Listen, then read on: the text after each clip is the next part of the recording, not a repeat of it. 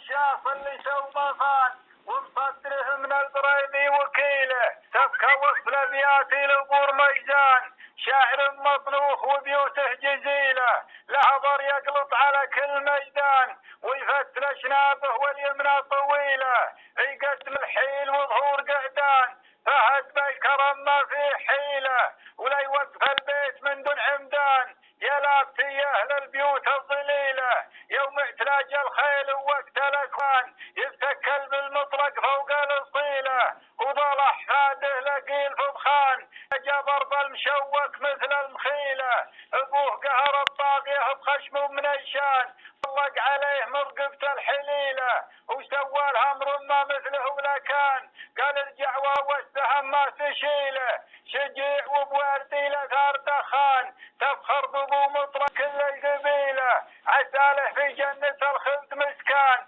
لجى نهار كل يلقى حصيله والجسم وحكام في الهرج نقصان يا فهد يا شوق منسوحه جديله.